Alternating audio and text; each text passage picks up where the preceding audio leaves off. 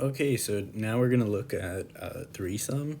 So threesome is a bit of a complex question, but before doing it, I would recommend that you first done twosome two, and before doing that, I would recommend doing twosome. So to do twosome, I will just go over it. I already have the solution written up here. You set up a dictionary or a hash table, as those of you who are familiar with other languages might call it. And what we do is we do enumerate. Some of you might have not seen this before. Enumerate is similar to range, but the one difference is that you have two things here. You don't have like for I in range, you have I comma j.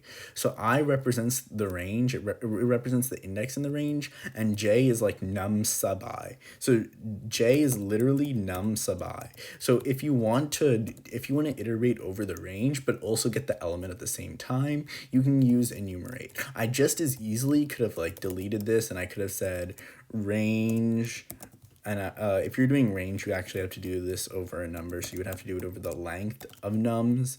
And then whenever I see j, I could replace j with num sub I. So wherever I see j, I can do num sub I. If that makes it clear, that can help. It should still run the same. Oh, fuck. What? For I in range of... Oh, I forgot to... Oh, yeah. Okay, but like that's not really important. The important thing here is that you add to your dictionary the index where you found it, and you go through every thing in your list, and you get that, and you find the target minus your current element. You're like, what do I need to sum to this? So if our target is 9, looking at 2, we see 9 minus 2 is 7 in the set. It is. So then we return 0 and 1. With 3, we say, what is 6 minus 3? That's 3. Is 3 in here? No. Then we move along. 2, what's 6 minus 2? 4. Is that in here? Yep. So then you return this and this index. And yeah. And it's literally the same logic. So that's how twosome works. You're looking for two numbers, the indices of two numbers that add up to a target. Twosome 2 says now the input array is sorted. And here now the indices that you return are not 0 based, but they're 1 based. Yeah. So here are two solutions I've written for this. One uses a dictionary and one is a two-pointer. I prefer the two-pointer approach, even though it's more because the two-pointer approach shows more algorithms than data structures for getting like linear time. And this is Introduction to Algorithmic Thinking. So yeah, I think the algorithmic approach is better than the data structures approach, but both are great. And what we can do here is we can notice that if the input array is sorted, we can have two pointers. We could have a low pointer and a high pointer, like you've seen in the previous videos. And if you have total, which is the sum of low and high, and if total equals like the target you're trying to get to, if 2 plus 15 equals your target, and then if like 2 plus 11 equals your target, then 2 plus 7 equals your target, then you got it. So, and this assumes that there's always an answer. Like, I think it says you may assume that there's an answer. Yeah, you may assume we'll have exactly one solution and not use the same thing twice. So that's why we don't actually have a return statement. Like we have a return statement here, but we don't always, if you put it in a list which doesn't have a solution, this would return none in Python, but like we don't need to worry about that because they told us we're always gonna have exactly one solution. And they said since you're 0 indexed, that's why I added 1 here. But if you just wanted to return the indices, your one based indices. So like your index start at index 1. That's why I added the ones. You could remove them if you wanted to be 0 based indices. So that's how twosome works. So now we're going to take a look at threesome. So, and if you notice in twosome, there was a specific, or at least twosome 2, there was a specific value that they wanted to see if you added 2 in your sorted array. And well, like twosome 2, like if you think about it, this should make like perfect sense before like starting. If it doesn't, like really like take a minute and make sure it does make sense, because like over here, like if your sum is too big, then like if your current total sum is bigger than your target, then you want to decrease your right pointer because you know it's sorted, so you want to make your total sum smaller. If it's else if it's bigger, then you want to increase your lower pointer and get a bigger sum. It's just like converging your sum, whether it's greater or smaller. So that should hopefully make a lot of sense. And now we want to look for three numbers, a, b, c, and num, such that the sum of those three numbers of the sum of a, b, and c are 0. And it's saying that there can be multiple different like answers, and you want to return a list of lists where each list in the list is like in the list of lists is a solution. So here's an example I have, and now that we've made sure that like we understand the other ones, let's go to this one.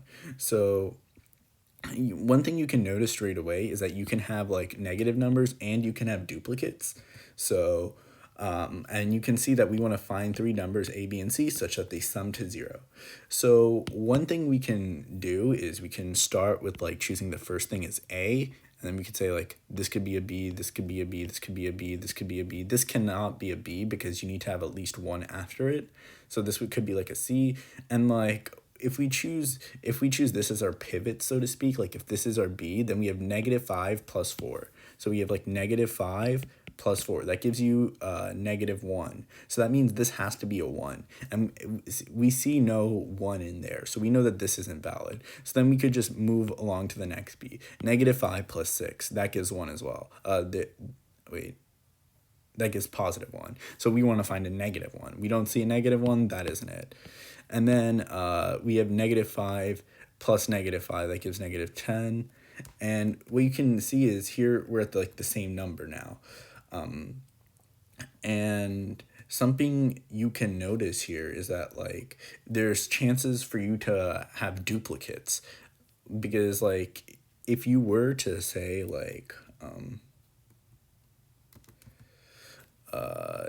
let's say -5, 2, 3, that's a valid solution. And you can notice that -5, 2, 3 occurs increasingly in two places. That's one way, and this is another way. So there are two ways to get -5, 2, 3, so that you're instantly like bringing yourself at a chance of becoming of getting a duplicate. So one thing you want to do when you're doing this is you want to sort the array. And you need to be very careful when you're doing problems like these. Like in the decision of coming to like sorting the array itself, you might be like, why don't we make a set of this to remove the duplicates? And if you look at the example they gave you, if you take away like the second -1 and you sort it, you're only you wouldn't get this first solution, the one with -1, -1, 2. You would only get -1, 0, 1, because if you put it into a set that would inherently remove the duplicates, it would get rid of the other -1. So you can't remove the duplicates, but yeah, -10 wouldn't work because there's no +10, and like you would go here and you would get -5, 2, 3. If -5, 2, 3 wasn't an option, like I think they actually say that if there's no possible answers, you return an empty list. So we have an idea of like what to do now. What the first naive assumption is to just do like a triple for loop. That would be in big O of n cubed. It's actually been proven. I'm not going to prove this here. There are like papers on it if you want to read it though. That the optimal solution is in n squared time. No one has been able to figure out like a better solution than that. So we want to try and do this in the optimal solution at n squared time. So the first thing I'm going to do is I'm going to sort the array. And I'm going to sort this in place. I said nums.sort. If you say like nums equals sorted nums, this would create a new array, and that would be linear space, but this should be constant space, nums.sort. And we have a sorted version of our array. So now we can transform this this list into a sorted version. So here we have -5, then we have 2, then we have 3, then we have 4, then we have 6. Okay, so now when we think about it, we can choose like -5 as our first thing. Then what we are going to do, that's our A, and we're going to want to make sure that our B and C like are, well, we're gonna start with our B, but we're gonna make sure that our B is not the same. Well, no, we're gonna, yeah, we could put our B here, and then we'll put like our C. Our C will scan through here looking for anything that gives us -10. I mean anything that's +10, because that would add up with the -10 to give us 0. But we go in, we don't see 10, so then we move B up. Here, we move B up, and then we say -5 plus 2. What is that? -5 plus 2, that's -3. So for this to equal 0, we need a +3, and we notice that right away. So then, but this isn't necessarily the only solution. If you see here, we want to return a list of all possible solutions. So then if we have like our output array, or our output list, I should say, we could append it to our output array, which I'm denoting with O because I don't want to type out output. And then we want to move A along. But the thing is, we don't want to move A along just yet. We don't want to just move it along, because then we would just get -523 again, which is a duplicate. And you'll notice that we don't have, the solution set must not contain duplicate triplets. It says that right here. So the thing is, when we move A, we need to be very careful. Like when we move here, if it's the same as the previous thing, then move it again. And we just keep on doing that until it's again. So and here we find that it's something else, and then we look, we'll notice that 2, 3, none of these are negative, so actually there's like no way that there could be any solutions other than this, but there could be, so you would still run the algorithm. But hopefully that gave like a bit of insight into how twosome works. But the idea of sorting, the way that you would get that is by looking at twosome 2, where the input array is sorted. If you've done this problem, you can really understand how if it's sorted, you can use a two-pointer approach to get this in linear time, where you go up if you want to get a higher thing, and down if you want to get a smaller sum, until your sum converges to target. So we can have our output array, output, and we could have that as an empty list. And then what we can do is we can use the enumerate trick that I used earlier. So we could say for I, and for our I represents the index, E represents the element. In enumerate of nums, we're going to enumerate over our nums list. And if our I is greater than 0, the reason why I say I greater than 0 is because if I equals 0, then we want that to be false, because there's no last thing to compare to. This would return, the next thing I'm about to write is going to return an out of bounds, and that next thing is and nums at I minus 1 is equal to E. And actually I'm going to say not equal, and we only want to do it while this is true. So not E is our current element, like -5, and like if we say we're at -5, like let's say A is here, just for this example, I is currently 1, and we want to say while nums at 0 is not equal to here. So that means we would skip over the other -5 to avoid the duplicate. So, and we only do this if I is greater than 0, because we don't want to like skip over the first thing unintentionally, or like we don't want to get an out of bounds error. Yeah. So what we're going to do then is we want to set up our left and right pointers, right? So we're going to have, I'll just abbreviate it, left and right, and left is going to start at I plus 1, and right is going to start at len of nums minus 1. And something I just like to do is replace this with an n. N equals len of nums. I'm like, I always do that. I've had times where I've had like I've had like bugs with like resizing stuff, and it's just like I found that it's always nice to like store like n here, just in case. So, and while L is less than R, while a left pointer is less than our right pointer, what we want to do is we'll have like our we can have a variable called like, I don't know, like threesome, or I guess like total works, yeah. And that can be E. Yeah, it could be E plus nums L plus nums R. So this gives us like a total. This is just two sums at this point. Like, and if the total is greater than 0, then we want to decrease our right. If else if the total is less than 0, then we want to increment left by 1. Otherwise, we want output to be appended with the solution because that means it's equal to 0. And if a plus b plus c equals 0, maybe I should have named these like a, b, and c. I was like thinking of doing that. Whatever. Then we want to append an array or a list, I guess, of like A, B, and C, which in this case is like E, nums L, and nums R. And you notice that it needs to be in sorted order, and we can do that with nums L and nums R. Well, A, or our pointer, which is, I guess, E, I guess. So like E, our pointer, and then we have nums L and nums R. Nums R is always going to be after nums L, otherwise the while loop would have stopped already. So yeah, that should be in sorted order. That should be a good way of doing this, I think.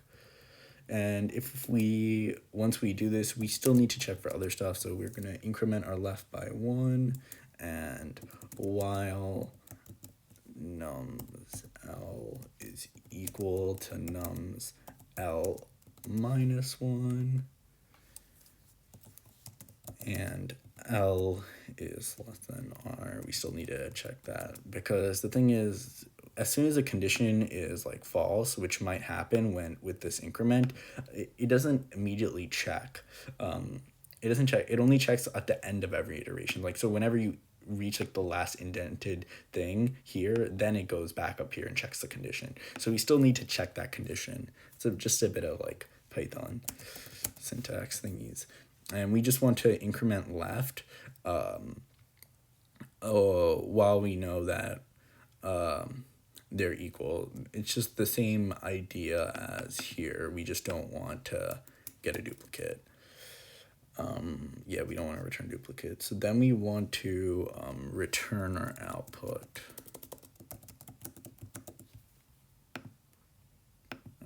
Hopefully this works. Okay, yeah, so this works.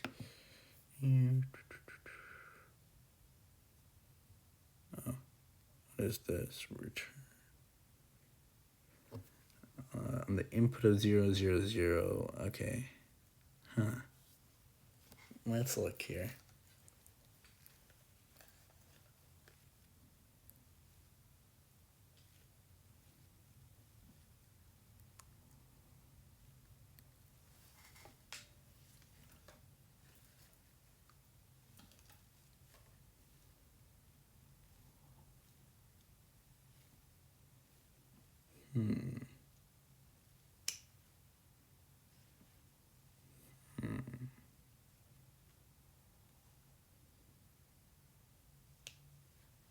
Oh, I see why.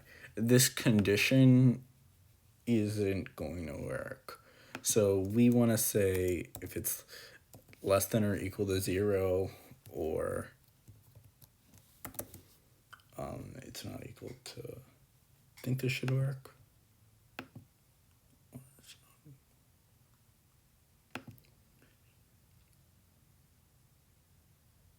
Okay, yeah, so that worked. So the reason why we want to do this is because I did like the negation of this. This was my bad. So if I is less than or equal to 0, or nums of I minus 1 is not equal to E, that's when we want to do it.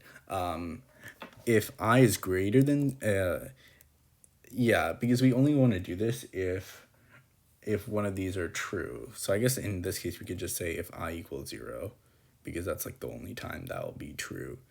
And we just want to make sure that one of these are true. If I equals 0 is true, then we're on the first one and we'll immediately short circuit. Like if we're over here, we know that we don't want to like check this condition at all, because if we check this condition at all, I equals 0, there is no index of -1. I guess technically in Python you wouldn't get an index out of bound error, but it would still what if the last thing happens to be the same as the first thing? Like what if you have an array, since this is sorted, what if you have an array of all zeros, as like that one test case showed that we failed? And that's because if you have an array of all the same things, then you still want to go through that. There could still be a sum, like there was in that case. So but even if I is not 0, you still, like, let's say there was like a 2, like here, or here, I'll say like 3, 3. So like, let's say you just finished your being on 3, then you don't want 3 to go here. You want 3 to go here because you want E to go here. You want it to skip over the duplicate 3. So you want to make sure they're not the same. Yeah, getting this indexing trick is a bit annoying, but it this does the trick at the end of the day in n squared time. And yeah, so it's technically n squared plus n log n. In case you didn't know, sorting is in O of like n log n. So this is n log n, and then this algorithm is n squared. So, but like the n squared dominates, so asymptotically, this entire algorithm is O of n squared. Okay. O of n squared time, and it should be constant space.